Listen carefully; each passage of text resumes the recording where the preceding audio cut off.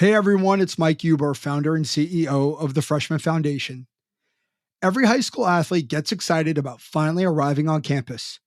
Becoming a collegiate athlete is the ultimate reward for all the sacrifices you've made for 10 plus years to get to this point.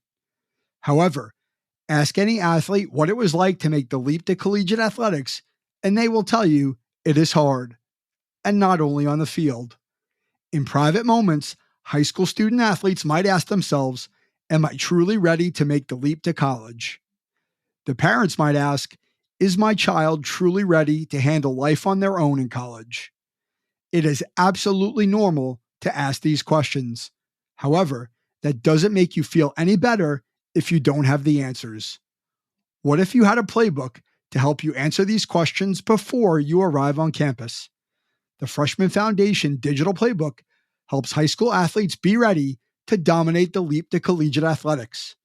The Freshman Foundation is an interactive digital resource to help you prepare to answer the hard questions before you get to college. Your investment in the Freshman Foundation Playbook will help you avoid giving away your first year of college and will help your parents avoid losing sleep at night. Visit michaelvhuber.com/course to learn how you can be ready to dominate the leap to collegiate athletics. Now let's get on to the podcast. Welcome to the Freshman Foundation Podcast, helping you make the jump from high school athletics to the collegiate level and beyond, with your host, Michael Huber.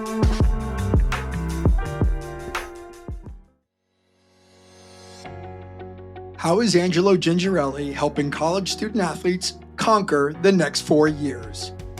Welcome to the Freshman Foundation Podcast, where we help young athletes become confident problem solvers in sport and life. In this episode, I sit down with Angelo Gingerelli, strength and conditioning coach at Seton Hall University, to discuss the often overlooked aspects of transitioning from high school to college sports. Angelo brings over 20 years of experience to the conversation and shares his insights from his new book, The Next 4 Years, which helps student athletes prepare both physically and mentally for the challenges of college athletics. Whether you're an athlete, coach, or parent, this episode offers valuable advice on how to thrive in college sports and make the most of the next 4 years. I'm excited for this conversation. Let's build your foundation with Angelo Gingerelli. Hey, Angelo, how's it going? Pretty good, man. How are you today? I'm doing great today. Thanks for joining me on the podcast. Angelo, for those who are listening, why don't you give a little bit of background about yourself and what you're doing? Good, man. I'm the strength and conditioning coach at Seton Hall University up in South Orange, New Jersey. I've been in this position since 2005. So this is my 20th school year in the same place, it's really unheard of in strength and conditioning or college sports in general. But I found I'm a New Jersey guy. I like it here. I grew up a Seton Hall fan. My family's here. I'm raising my family here now. It's been a really good fit, and I like where I am, and I like what I'm doing. And then the next thing I have coming out in my 20th year at Seton Hall, I'm publishing a book the next 4 years about making that transition from high school sports to college sports. From a physical side, I came across your podcast in the summer. You have one of our swimmers, Natalie Himes, done a great job for our program. This is her 5th year with us. She's killing it. And I listened to that interview, and then I went back and retroactively listened to most of your other episodes. And I think we're two guys kind of speaking the same language, that there's so much information about how to get to college, how to get that scholarship offer. There's really comparatively little information on what to do once you get there, right? Yeah. So I say it in the book. It sounds a little cliche, but it's true. A lot of kids, a lot of families look at signing that national letter of intent as the finish line. In reality, that's the starting line, right? And I've always said, as a strength and conditioning coach, I want to be part of making this experience the best 4 years of somebody's life, and not see kids transfer and not like the sport and quit or only do it for the scholarship. And I think, what I'm doing on the physical side and you're doing on the mental side, super valuable to a big part of our population. So I'm super happy to have this conversation today. Yeah. And you're living it. You've been on the inside at a university for almost 20 years. So you have a lot more knowledge on that subject from, being in it. I'm taking it from the outside, never having worked in a university, although I've spent some time in the setting. So like in that 20 years, like what would you say are like the biggest changes that you've seen in student athletes coming in to the program there at Seton Hall?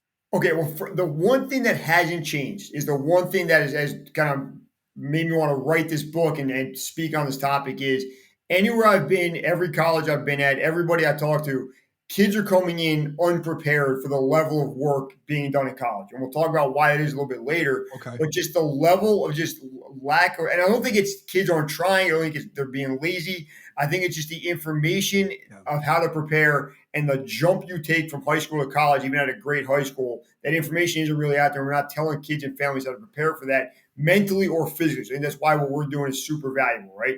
The biggest thing that's changed in the last couple of years, they say COVID, is the transfer portal and NLI deals, right? Mm-hmm. Where back before 2019, almost nobody transferred, at least out of school like Seton Hall. We graduated most of our freshmen, right? So the typical newcomer was 17 to 18 years old, fresh out of high school, not injured, not post-operative surgery, didn't have overuse injuries yet. It was like buying a new car to a large extent, to use an analogy, right?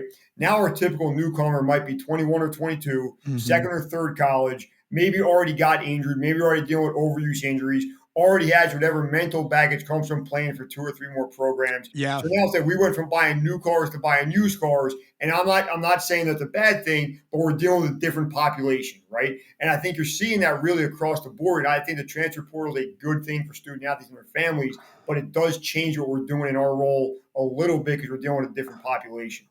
Well, I mean, transfer portal comes up all the time, but I think it's interesting when you were speaking, like I thought about the difference between somebody like you, who is a strength and conditioning coach, and then say a head coach on a team staff, right?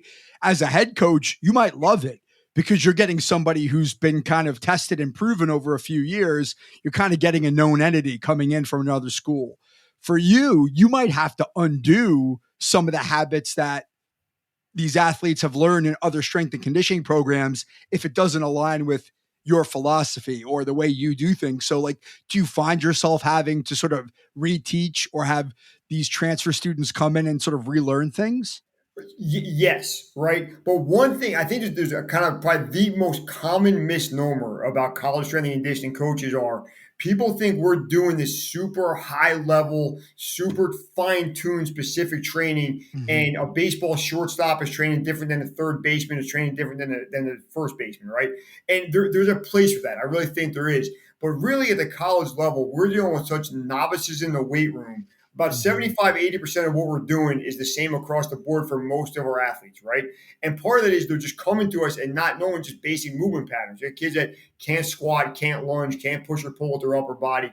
So I think most people are shocked at how baseline and foundational, at least freshman year college weightlifting really is, right? Now then, if things go well, kids pick up on things, kids go home and train in the summer on their own and come back better, we can move ahead and do some better things, right? But I think there's such a lack of quality training at kind of all levels that when you get a freshman group in any sport in the college setting, you're really starting at square one no matter what, and then you hope to progress to square 4 or 5 by the time they graduate. Yeah. So I was thinking, while you were sharing that, one of the things that I was telling you before we started recording, I have 2 children and they go to a high school here in New Jersey, and, we kind of live close together, and my daughter just started lifting as a freshman. So she was just introduced to it this summer. And I had a recent exchange with her, and she said, Dad, she's like, I deadlifted with the trap bar 170.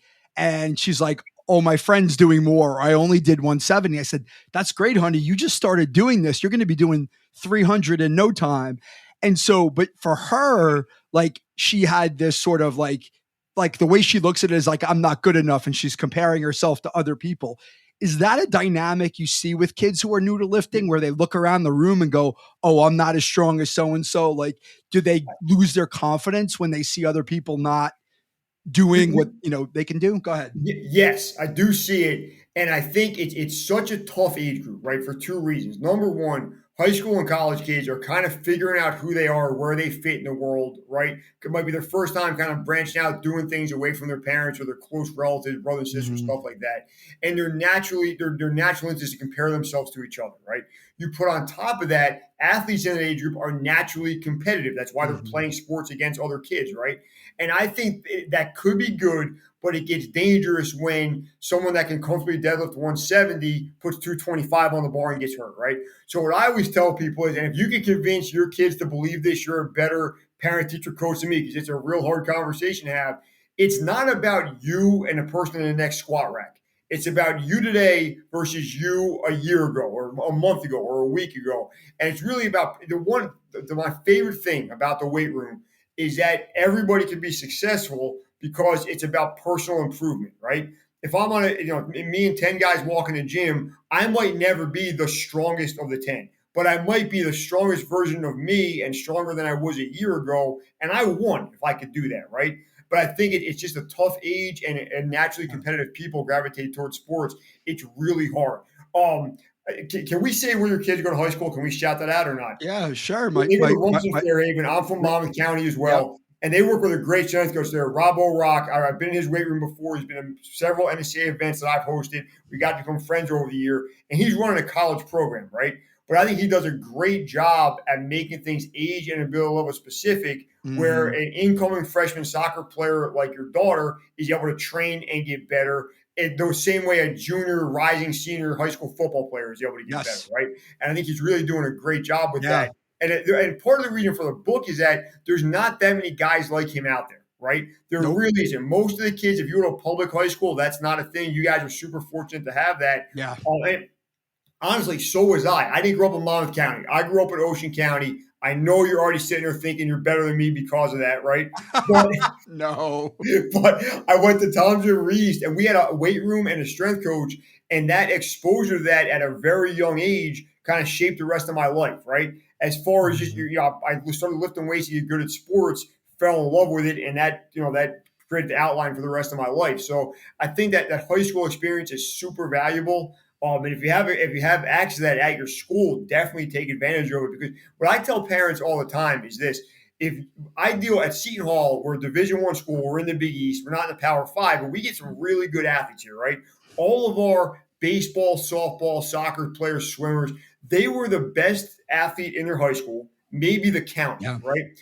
And we have the majority of our kids coming freshman year and cannot squat, lunge, do a pull-up, do a push-up. And these are the best kids in the high school sports setting, right? Think about what the rest of the high school kids are like when they're graduating. Yeah. So I always say, if you're a parent, you're a high school phys ed teacher or coach, if you can teach your kids just the basic movement patterns and efficient movement patterns, good running technique, good landing mechanics when they're doing plyos, you can be way ahead of the pack just by teaching and doing the basics well. And then you can add sports skill on top of it. I think what we see in my profession, a little more than probably other ones, is everybody knows the foundation of strength training, right? Mm-hmm. It's progressive overload, it's rest and recovery, and get good at the basics. The problem is, in the multi-billion-dollar fitness industry, you can't really sell the basics because everybody knows the basics, right? So every Instagram account, every YouTube, every personal trainer is how to do the super high-end stuff that in most cases kids aren't ready for. And the joke I always make is, we got 13-year-olds doing single-arm dumbbell presses on a physio ball that can't do a push-up. Now, there's a place for that single-arm dumbbell press. Right. There is, but not for the kid that can't do a push-up. Sure. So let's get good at the old school stuff and then progress as soon as possible. We got people selling the second, third floor of the house and not worry about the foundation, and that's a recipe for disaster. And if you look at the injury rates of college athletes, it is a disaster. There's no way to argue that. Yeah. So I want to touch on a couple of things that you talked about. One is to go back, about comparisons to others and to yourself, right? That's something that I talk a lot about. I teach to my clients. I'm a big believer in is having a growth mindset, right? And when you're coming in to compete at a place like Seton Hall, just as an example, Division I level, right? You've probably been the best athlete in your school, in your area, for a long time, right? Everybody's probably praised you for a very long time about how great you are and how wonderful you are. Now you get to a place like Seton Hall, right? Or any Division I school, and you're just like everybody else, right? You're not the big fish in a small pond anymore, right? Which is kind of what you're describing. And athletes don't necessarily have that growth mindset of, hey, I just want to come in on day one and get better so that by the time I leave here in 4 or 5 years, I'm getting the most out of my experience, going to be the best I can be versus, hey, I've got to be better than so-and-so. And listen, there is an element of natural competitiveness, right? People want to play, but at the same time, it's like, well, if you're always comparing yourself to somebody else, the ultimate, like the worst case scenario is you burn out and you quit, which is not uncommon, right? Like a lot of college athletes drop out because it's just too much. Yeah, I think one thing, and I'm going to explain this. I want to be very careful with my words here. I think one thing in the college recruiting process that is overlooked is coaches will often start recruiting a young man or young woman and tell them everything they want to hear Sure. to get them to sign on the dotted line, right? And a lot of times what young people don't want to hear is, athletically right now, you're a 6. We think you can mature into an 8 or 9 and play here your junior year and really contribute to the program. But right now, you need a year in the weight room, a year learning the playbook, a year of changing your body composition, and we think you're going to be a player for us in the future. Because if you come clean and tell a young kid that, they're going to go to the school that tells them they're going to play immediately, right? And then they get on campus, and let's keep it real. College freshmen are boys and girls. College seniors are men and women. It's a different ballgame, right? Yep. And even if you were the most preternaturally gifted, whatever sport player your freshman year in high school, your senior year in high school, when you get to freshman year in college, it's a different game, right? So I think we should be a little more honest with kids and be like, look, we're going to recruit you based on your potential. We think you're going to be a really good player soon, but you got to really commit to taking care of your body, maybe getting bigger if that's the case, maybe dropping some body fat if that's the case, maybe getting more mobile, whatever it is. But take the first year or two and really build that foundation so when the starting point guard that's a senior in your freshman graduates, you're ready to step in and play right away. And I think that's one thing. 4 years and now and then maybe 5 years with the grad year stuff going on, it seems like a long time, right? And it is. It's a quarter of your life if you're 20 years old. But about a quarter of your life. But also it goes by quick. And I think a lot of times you got to kind of have a mindset somewhere between the two, right? Yeah. The mindset's got to be, I'm not here forever, but I do have time to develop and hone my craft and get my body better every year I'm here and take advantage of that as well. And I think competition can be a good thing as long as in the weight room, if it's done safely and with proper progressive overload, proper rest and recovery. Like if I'm a senior and I'm looking at the juniors, if I'm a freshman and I'm looking at the juniors, eventually I want to be putting plates on the bar and all the other stuff, but it can't be today. I got to work my way up there and do the freshman stuff until I get to be a sophomore, get to be a junior. And then the cliche, you got to trust the process, right? If you committed to play at a program that's been successful and has put a lot of kids in professional sports and has done well in the conference they're in, you got to just kind of let go a little bit and trust the program in some cases and progress the way you're supposed to progress. Yeah. So one more question on that before we get to talking a little bit more about the book that you've written and what that's all about. But I am curious, like I think when we talked previously, you said you work with the baseball team there. Yeah, I work with all the sports, but because of the size of the team, how many guys we have, I work with baseball a lot. Yeah, so baseball is an example, right? Like I'm probably most familiar with baseball and the baseball landscape out there and how players are kind of exposed in high school to travel baseball and training and some of the things they're able to do. Some of these kids, I'm sure over 20 years, the velocities that you see kids come in and be able to throw today are different than, in the early 2000s, just because of the nature of the training. Like how much of like that impacts what you do, meaning like in a sport like baseball where kids are maybe more advanced and they are lifting heavier and they are throwing harder and they're getting all this information, whether it's from a private trainer or the internet or wherever, like how much of that affects what you do? Does it make it easier? Does it make it harder? Does it make it both? I'm not sure. The amount of information out there is a blessing and a curse, right? Like so many things. The idea that I could go on Instagram right now and find literally 500 accounts dedicated to how to train baseball guys in the weight room, and I could pick and choose what I like from each one. If you would have told me that was a possibility in 2005, say, I'd be like, that's insanity. I would have to read 500 books and call people, ask questions. Now that's all over, right? It's easier. The information's out there. What I think the hardest part is finding everything out there and finding what works for your population and your facility, right? Because there's things like I can watch what the Yankees do pregame, but if we don't have access to any of that and I don't have 5 assistants, that's not going to work at Seton Hall, right? Or the joke I always make is when people find out what I do, they want to talk about their kids' training. Like, well, I heard Aaron Judge does X, so my 8-year-old is also going to do X. That ain't going to work for too long, right? Aaron Judge is a 28 or so year old specimen, maybe the best player we've ever seen. Your 7th grader might be really good, but if you train him like a 28-year-old freak of nature, he's not going to play for very long, right? So I think that you got to be smart enough to sift through the information out there and apply it to your population. And one thing I think that's kind of good in my case, being somewhere so long, which is an anomaly in college sports, I know our population really well, right? I know our facility at the back of my hand. I know our coaching staffs really well. And I have a pretty good idea of what we can implement and what we can't. Now, that being, you got to be open. You got to try new things. If you're going to ask your players to have a growth mindset, you got to have one as a coach. I really believe that. 100%. To some extent, you got to be a little smarter what you implement and maybe do some incremental changes instead of just sweeping changes every year. Yeah. Yeah. So let's talk about the book. The book's called The Next 4 Years. So like, what inspired you to write? There it is. What inspired you to write the book? It was just being at the college level for probably about 15 years. About in 2018, I started doing a presentation at conferences about preparing for college sports. Because if most high school strength coaches, most high school sport coaches, and then the entire AAU basketball world, travel baseball world, all the personal training facilities out there, their goal and their selling point is kind of like, well, help your kid play at the quote unquote next level, right? The problem is most of the people selling that have never played at the next level or been around the next level.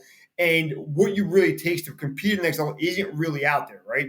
The best players are being recruited by coaches that are selling them the best part of the dream, which might be all true, but there's also another side of that coin, right? Like, we're going to show you a great weight room. We're not going to tell you you're going to be there at 6 o'clock every morning against your will, right?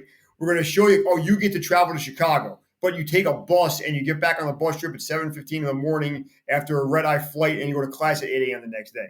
So I think there's some ways, let's start telling people the truth. And the example I give all the time is that if you look at how uninformed most college consumers are, I look at it like this. First time you buy a car when you're 17, 18 years old, you don't know the automotive industry. Buying a car is a complete shot in the dark. Second time you buy a car, little better experience. You know what gas mileage is. You know what brake pads look like, right? By the time you buy your 5th car, you know what you want. You know what dealership to go to. You know what a payment plan should be. You buy a better car your 5th time, right? Well, nobody goes to college 5 times, right? It's an experience you make once, maybe twice in your life. And if you make a bad decision, you affect the financial future of your entire life moving forward. And then if you have a student athlete that's going to play and possibly get a scholarship, that's an even smaller percentage of people that get to go down that road, right? And it's mostly, a lot of families, it's their first generation dealing with college. And how do you make those decisions? And my goal for every student athlete I deal with when I meet them their freshman year is them to have a great 4-year experience at Seton Hall, graduate, write me a card that said they had a ball, I helped them out, and they're going to have great lives if you're playing sports or not, right? Now, I'm going to be honest with you, in a transfer portal era, that number is going progressively down of kids that come in freshman year and graduate with us.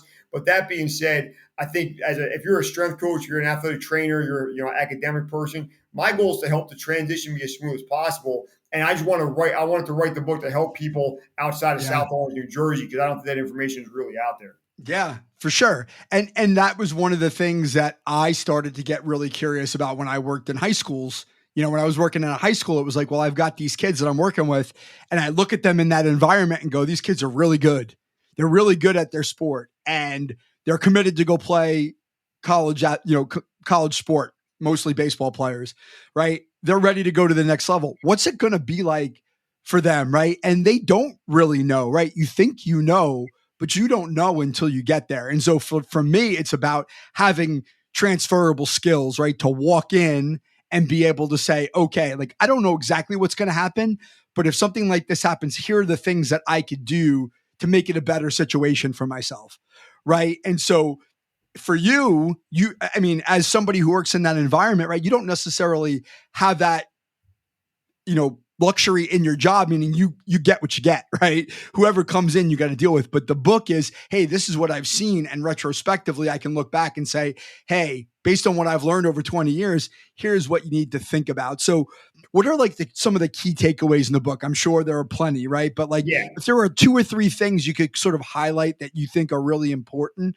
I'd love to hear about it. Great. The 3 I would say off top, number 1, when you commit to go to a school, contact at the bare minimum the strength and conditioning coach. maybe the athletic trainer, and find out, and you'll be in contact with the head coach already, but get as much information about the program as you can before you get there, Yeah. right? What do we train early in the morning? Do we train at night? Do we run sprints? Do we run distance? Do we have a conditioning test? Yeah.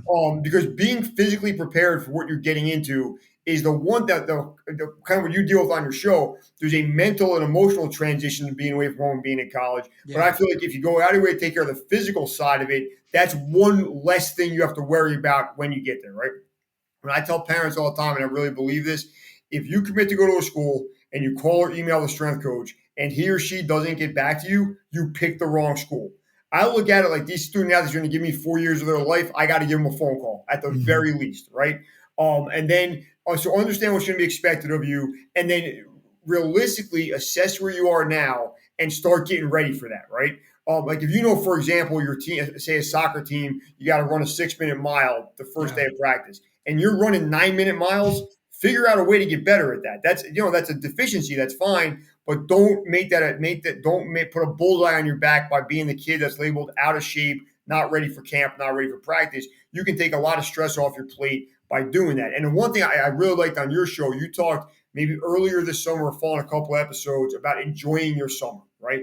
I believe you should enjoy your summer. And that summer after your senior year is special. It's prom, it's graduation. It might be a trip with your friends. It might be your last family vacation before you move out of that. It's a special time. If you live at the Jersey Shore, it's even more special, right? Because you got Belmar, you got Asbury, you got Long Branch. It's a special place to live. You can go have a great summer and train an hour, 2 hours a day, maybe first thing in the morning, and then go and have a blast the rest of the day, right? Yep. I think people sometimes think like, oh, I'm training now or I'm not training now. Right. But in reality, training should be a part of your life all the time. And then you could go have a summer job. You could go on vacation this week, whatever it is. But kind of just have a great summer and train around it. So, I think those are the two biggest things. Okay. So I'm glad you brought that up, right? Because I've actually dealt with specifically with a college athlete who's still in college who actually has had a lot of anxiety about testing. Right. And, I think to your point, and she's much further along in her career, she's a senior now, but I think I can only envision the idea that when she's playing a Power 4 conference soccer level, right? I think what you described there is probably what she didn't do, which was like understanding the requirements, right? Going into it. I just want to play here. You're going to offer me a scholarship. I'm going to come. And then from day one, fitness was an issue, right? For her, because she wasn't prepared. And then it just spiraled into something much, much bigger. And I had to sort of help her through the process of developing a bit of a growth mindset and saying, hey, like you're not passing this beep test. You're this far away. What do we do every single day to keep moving in that direction to not only improve, but build confidence that I can handle this?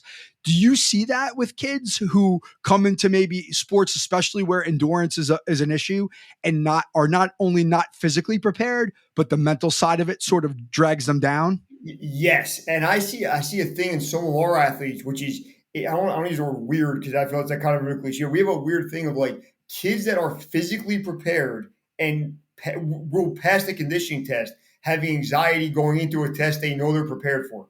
Yeah. Like one of our programs runs a test every year that it's pretty easy. Like if you do any conditioning over the summer, you'll pass it, right? And the coach just wants it as a little bit of a check to make sure they did something over the summer, and then we start practice. And the last week of summer, the kids will start going back to campus, and they'll be in my office, kind of like really upset about it. Like, well, you've passed the test the previous 3 years. Last year, everyone on the team passed the test. It's a fair test. It's not that hard. That is a 100% pass rate. What are you so nervous about? Which is probably not the best way to approach that. And then you have a hard time articulating it because these tests that, like you said, the beep test in soccer, maybe 300-yard shuttles in certain court sports, whatever it is, have become so much bigger in their mind than they actually are, right? And I think one way to look at it now, if you have a head coach or a strength coach that is unreasonable and putting ridiculous numbers up that nobody can do, and they're just posting them to be mad at people and start the season with a bang, that you got to take those outliers out of this conversation, right? But if it's a fair test that an average 18 to 22-year-old person in this sport can pass, why can't you? We brought you here because we thought you'd be a part of this program and pass as part of the program. And I think you kind of insinuate and tell them that if you can't do it in June, here's some steps to take to get to pass it in August, right? There's a pretty decent part of the book about that too, about the common tests, the ones that are out there, whether it's 300-yard shuttles, the mile, whatever it might be, Yeah. how to build that conditioning around the summer to be able to do it, because you might, if you can't do it now, it doesn't mean you're never going to be able to do it, right? If we're going to use endurance as an example, every single person that runs a marathon at some point in their life couldn't run a marathon, Yep. right? And they figured out a way to make that happen. So there's no reason you can't figure out a way to make a beep test happen or whatever, in my opinion. Yeah, no, absolutely. And I think, one of the things, I think about there is, especially with endurance sports or sport like soccer or anything that requires like long-term and, fitness and endurance is, if the coach values that, right, at a high level, like if fitness is really, really important to a soccer coach or whoever, right, like asking those questions up front, to your point earlier, is really important, because then I know coming into the equation, hey, this is what's important to the coach. This might dictate playing time more than anything. So where do I put my focus, right? I talk to kids about this all the time. It's like, well, if I know the answer to the test question, or I understand what this coach wants from me, I may not like it. I may not agree with it, but at least I know. And then I could go try to figure out a solution to that. Like you said, like do some sort of incremental training to at least try to build up to that, right? Knowing that this is the priority. And I think a lot of kids, I think it's so overwhelmed by this stuff. Like they just get so spread thin, or they just ignore, the things that make them uncomfortable, that they walk into the situation thinking it's going to be different. And then it's not. And then they just get overwhelmed. And then they show up the day before the test and go, I don't know if I'm going to pass, well, you probably should have prepared for it. And if you did, what are you worried about? Right. But like, it's a really daunting thing. Yeah, I think there's two good lessons. The first one is we don't use this word because we don't call student athletes employees, right? But to some extent, your coach is your boss. I think there's a good lesson when you grow up and if you have a job and don't work for yourself, you're gonna have a boss and you're gonna do things their way, right? And if their way is everybody on my team runs a 6-minute mile, and you think that's silly, you still got to run a 6-minute mile, or you're going to go find another boss. And that's just kind of the way the real world works. I think that's a good example of college athletics being an educational experience, right? Prepare them for the quote unquote real world. The other thing I say to people, and I talk about it a lot in the book, we have a thing, I call it strength versus conditioning. Now, to be good at it as athletics, you got to do both, right? But you only got so many hours a day, so much energy, so long your body's going to hold out. At some point, you got to decide, I'm going to focus on one or the other at least a little bit, right? And I tell incoming freshmen all the time, if you got to pick one or the other, pick conditioning, and here's why. If you walk in the Seton Hall weight room, when let's say baseball, an example, and there's 20 position guys at a time, there's EDM techno music blaring because they're all like me, just Jersey Shore Guido meatheads, and that's what we're doing and listening to, right? 158 beats per minute or nothing. And you're not that strong, or you need a spot, or you can't put as many plates on as the guy next to you. You get lost in that sauce a little bit, right? You can hide a little bit in the weight room till you get up to speed, and not have the coaches staring at you and picking you out all the time, right? Go to a running session, go to a conditioning drill, and the worst person on the field is obvious to even a bystander barely paying attention, right? And if you're constantly the last person to finish every drill, need more recovery time, throwing up in between reps in the garbage can, you automatically put a bullseye on your back moving forward in that program, right? So I tell kids all the time, if you don't have to be, you don't know everything in the weight room, you don't have to be great at Olympic lifts, get reasonably strong, and then crush the conditioning so that you're at least, if nothing else, in the pack, if not ahead of the pack, on those conditioning drills that everybody's out there watching, right? Because just the optics of being the last person in a sprint test is really bad. The optics of maybe needing some extra help in the weight room, a little bit better, especially for new kids. That's a really interesting perspective. And I like that example because it is a good example of, hey, you've got to focus your attention on one thing, right? You can't focus your attention on everything because then nothing gets done, right? You have to, especially, you talk about this a little bit in the intro to your book or the beginning of the book, which I had a chance to look at before we started recording, the idea that, there's only so many hours in the day, right? You're structured from the time you wake up till the end of the day. There's always something to do, right? There's not a lot of free time. So if you need to get better at one thing, you kind of got to narrow it down because you can't do everything because your time's already spoken for. So like pick that one thing that's sort of the lowest hanging fruit and go after it. because otherwise you're going to be spreading yourself too thin. And I'll tell you real quick, one thing, the way I look at this as a college strength coach, and most of our head coaches agree with us when we have these conversations, if you tell me when you report to campus, you couldn't get in a weight room this summer, you had a job, there's no gym close to your house, there's whatever, you couldn't get in the weight room. My first answer is going to be that if they tell me they can't afford it, I may have to do it. Did you buy one new pair of sneakers this summer? Yeah. Then you couldn't afford a 3-month gym membership. Mm-hmm. Every gym in America makes deals in the summer for college kids. Yeah. If you came back with one pair of cool sneakers, you could have bought a gym membership. But I'm not going to count your money. That's up to you, right? Give me the reason you didn't run this summer. Why would you need nothing to do it. You live on a street, run up and down the street, go to a park. It costs nothing. The parks don't close down. Your backyard doesn't close down. So to me, if it's a borderline kid I'm dealing with, they tell me they couldn't lift in the summer, I don't like it, but I understand how that might be a reality for their life, right? But if you come back out of shape, tell me why you couldn't run. I run 3-4 days a week. It costs me nothing. Figure it out. Yeah. Yeah. I mean, and I think, I guess that raises a question, because one of the things that I think is really important is being able to, as a student athlete coming in, being able to find the help that you need and ask for the help that you need, right? Like knowing that there are plenty of resources if you choose to find them and then tap into them, right? So like, what's your experience with student athletes, like coming to you and asking for help versus you kind of seeking them out or like giving them the feedback without them sort of, asking you for anything? Like, what's that dynamic like for you as a strength and conditioning coach? I don't know. I'd say it's more on the side of them coming to me. It might be a little bit the kind of personality that I have, the amount of time I've been here, a pretty trusted face on campus for most people, and I have a kind of personality people like to talk to me about stuff, which I think is a super valuable and tangible for a strength and conditioning coach to have, or really any support to that person, obviously on the mental side of things as well, right? But if people come to me and tell me they're struggling, if it's something I can help you with, like I can't pass a conditioning test, all right, we'll come in the weight room, we're going to run on Monday, Wednesday, Friday. That's a fairly easy one, right? Some of the issues you get greeted with are much bigger than that, right? It might be disordered eating. It might be problems with a significant other. It might be, not being able to pass classes. And in that case, you got to know what you don't know at some point, right? Yeah. I mean, you can come in the office and talk to me all day, but at the end of the day, if you have to refer to a specialist, I'm going to put you in contact with that person as best I can. Because I think you have to know where your expertise is, right? If you want to know how to play in the Big East and be physically prepared for it, I'm pretty good at that, right? Yeah. If you're going to tell me you're having a problem with your boyfriend threatening violence against you every night, that's got to go somewhere other than me. That's not I don't know how to handle that at all, right?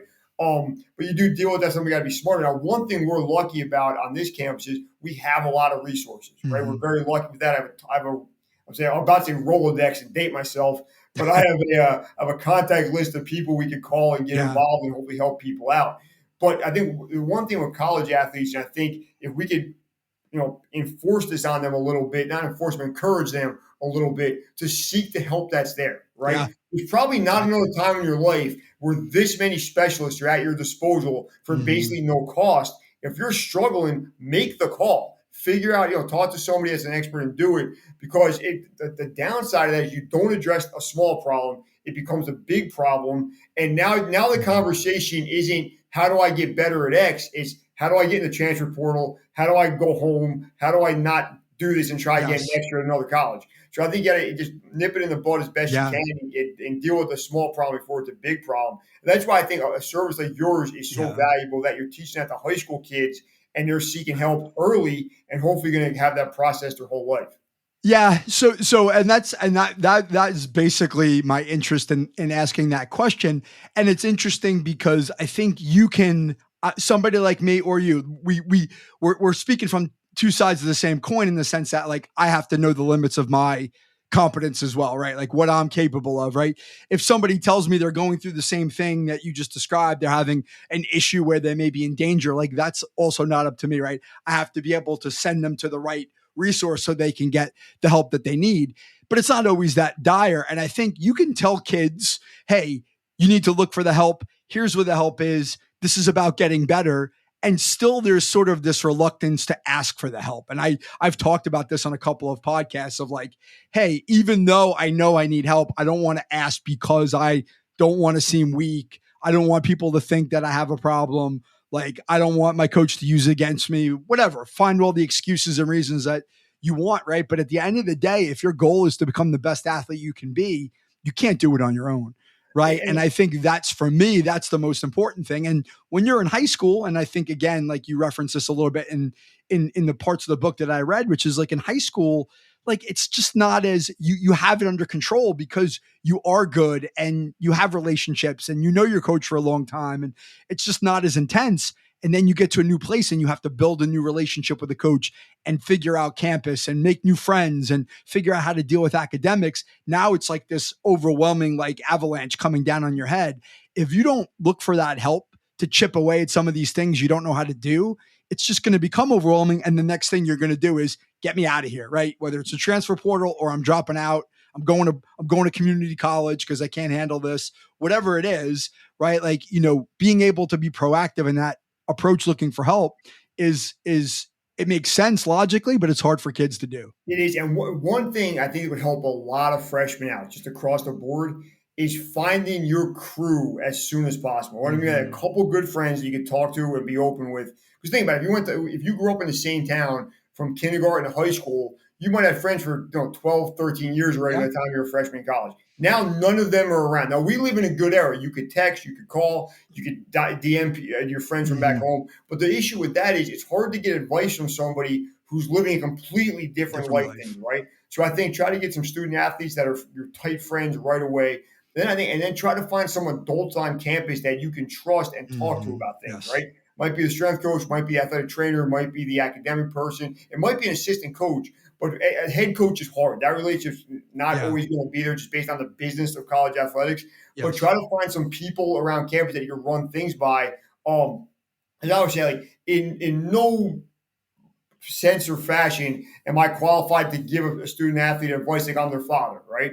But I do know their day-to-day life and the people they're dealing with and the circumstances probably better than their actual parents do because I'm in the same building with them every day. So I think find a couple adults you could trust and bounce things off of and hopefully get some. And then go to the proper channels after that. Yeah.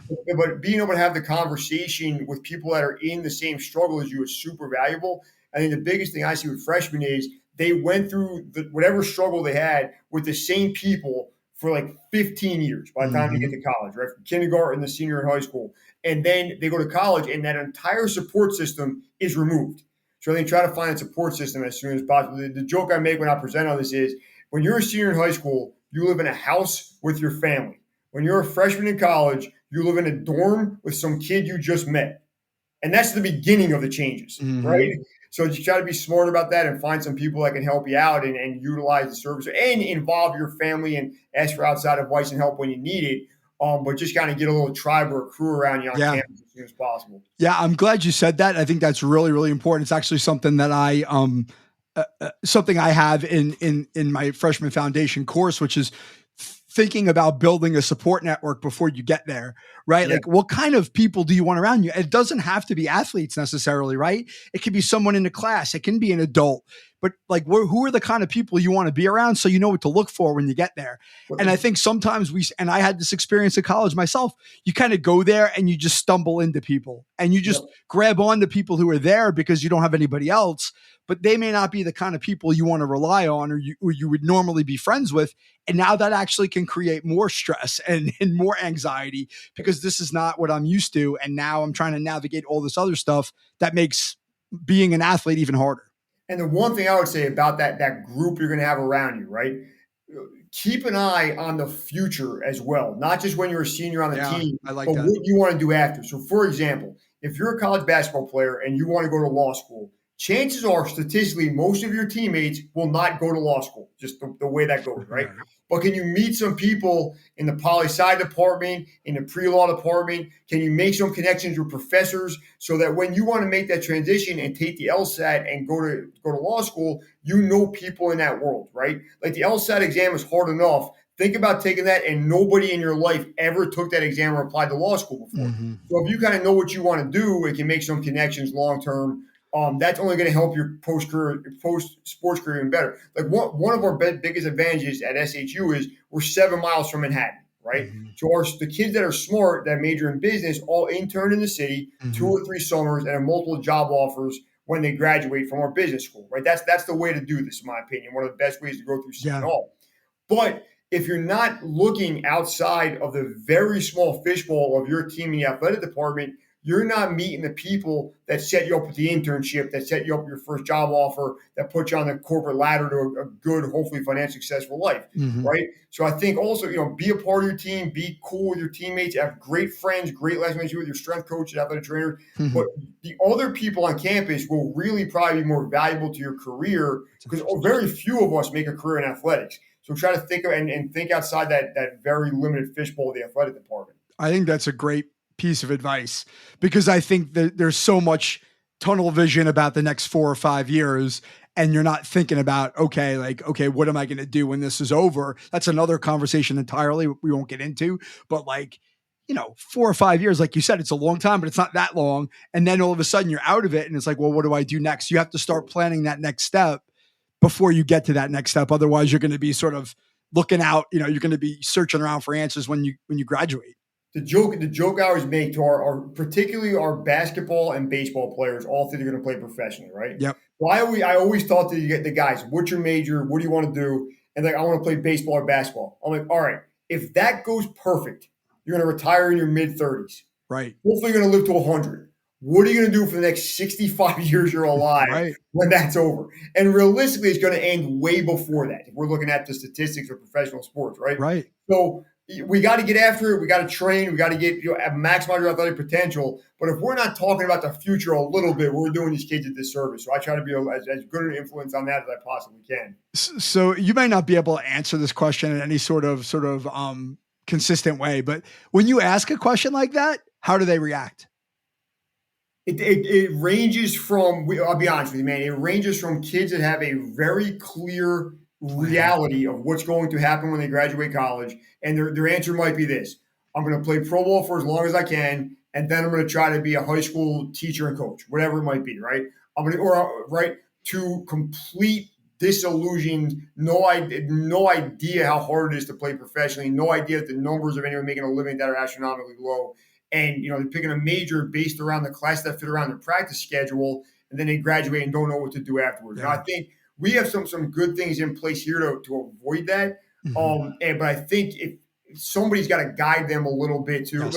Ideally, it's their parents. But if that's not always the case, some adults got to we got to think about what's after this, because the best case scenario is it's over in your mid-30s. That's the best guys. Yeah. You know what I mean? So you got to figure out a way to do something after that. But it's a really wide range of answers. One thing I will say, the majority of our baseball guys are kids from New Jersey, right? 2-parent homes, the whole travel ball thing, the same things. A lot of them from Monmouth County, honestly. Yeah. And they understand the world in a way that a kid that's coming from a different socioeconomic background, maybe not 2 parents, maybe not a great high school, maybe went to several high schools by the time we meet them, maybe had several AAU coaches be mentors in their life. Yeah. They have a different view of the world than that baseball kid from Red Bank has, right? Yep. And my job is somewhat easy with those kids about seeing the world, and a little bit harder with those kids from different backgrounds. Yeah. But one thing I will say, probably the coolest thing about college athletics is I deal in my office at any given time. There's a baseball player from Red Bank Catholic hanging out with a basketball player from Europe, and we're having a conversation. Yeah. And when you're in college, really try to lean into that and be around, meet different people for athletics and see the world through a different light. Because I know it's opened my eyes to so many things, and I like to think I've opened other people's eyes to a lot of things as well. I love that. A couple more questions about the book before I let you go. Yeah, so maybe this is an obvious question, but who is the book geared towards? Who do you want to read the book? Okay, I think, first of all, I want as many people as humanly possible to read the book so my daughter could have a great Christmas and go to a good college. There you go. But, I got a Nissan with a lot of miles. I need a new one. But but realistically, I think there's 2 main audiences. One is high school sports coaches, AAU, Pop Warner sports coaches, and personal trainers that have kids they're working with that they want to help get to the college level, right? And this book is I think a lot of these coaches are doing great things. I wouldn't at all step on anybody's toes, but this is what's going to be expected at the next level. Mm-hmm. Here's how you can start helping your athletes a little bit better, clients a little bit better, to prepare for the next level, right? And for them, it's kind of like a guidebook to kind of mix in what they're already doing and help their clients get better. And then I think the next market is student athletes that are thinking about playing in college and their parents. And for them, it's a recipe. It's a cookbook. Follow these steps. It's a 12-week program that starts, May of your senior year and takes you right through July to be ready for that August 1st report date. And then for them, you can just follow it the way it is. There's weekly training programs. There's a guide to prepare for common conditioning test. So I think it kind of works for both audiences. As you said before, this information is not really out there, and I'll be the first person to really get it out. I love it. That's great. So where do you find it? Where can people find the book? Where you find everything else in the world on Amazon.com. Yeah, man. So I did my previous book, Finish Strong, Resistance Training for Endurance Athletes, with a publisher called Bloomsbury. They're a European publisher. They didn't really see the vision for this because in Europe, college sports are not what they are in America. So I respect their opinion on that. And I went in and did this one by myself on Amazon. I want to see how that goes. So Amazon.com, and just look for Angelo Gingerelli the next 4 years. Awesome. That's great. One last question. I'll let you go. So, and I usually ask this question of all my guests, although sometimes it takes a little different form depending on where you're coming from. But like, if there's just one thing, right, one piece of advice that you would give a rising, first year student athlete coming into college, like what's that one thing you would say, like above all else, that they should pay attention to? The phrase is do your research. Figure out what you signed up for. Contact the people that are already doing it and get ready to do that when you get there. Because chances are it's going to be a very similar experience, right? Mm-hmm. So as I tell people all the time, when you sign your NLI, put it on YouTube, make an Instagram reel. If you're of age, pop a bottle of champagne, probably not if you're a high school athlete, but have a ball. Be a local celebrity for a couple of days and lean into that and relish every minute of it. When that's over, contact the strength coach, contact the sport coaches, figure out what you got yourself into and start today to get ready for it. Because that's we said before, that summer after your senior year is a special time, but it goes by fast. So start immediately, start getting ready, and then be physically ready when you get on campus, because you're going to have a lot of other stressors in your life. Don't make physical unpreparedness one of them. Yeah, that's great. Perfect. Angelo, thank you so much for joining me on the podcast. I appreciate you sharing all your wisdom, and it's been great getting to know you, and hopefully we can do this again sometime. This is great, man. Thank you so much. Keep doing the stuff you're doing with high school athletes. I think it's great, and I wish you and your company and this podcast nothing but success moving forward. Same to you. I appreciate it, Angelo. Take care. So, what is your biggest takeaway from my conversation with Angelo Gingerelli? My biggest takeaway from this episode is the crucial importance of preparing both mentally and physically for the transition from high school to college sports. Angelo emphasizes that many athletes and families view accepting an athletic scholarship as the finish line, but in reality, it marks the beginning of a much tougher journey. Ultimately, the key message is that to truly thrive in college sports, athletes need to prepare holistically, both physically and mentally, well before stepping onto campus. I want to thank Angelo for joining me on the podcast and wish him luck with the launch of his new book. To learn how mental performance coaching can help young athletes become confident problem solvers, visit michaelvhuber.com. Thank you for listening. We'll see you back soon for episode 78.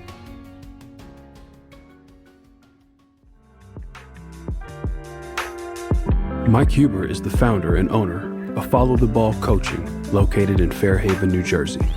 He is a mental performance coach and business advisor dedicated to serving athletes just like you reach their full potential on and off the court. The Freshman Foundation is all about helping you get to the next level. For more information, follow along on Instagram at The Freshman Foundation. Please subscribe, give us a like on iTunes, Spotify, leave a review, tell a friend. Most importantly, come back in 2 weeks, ready to get better.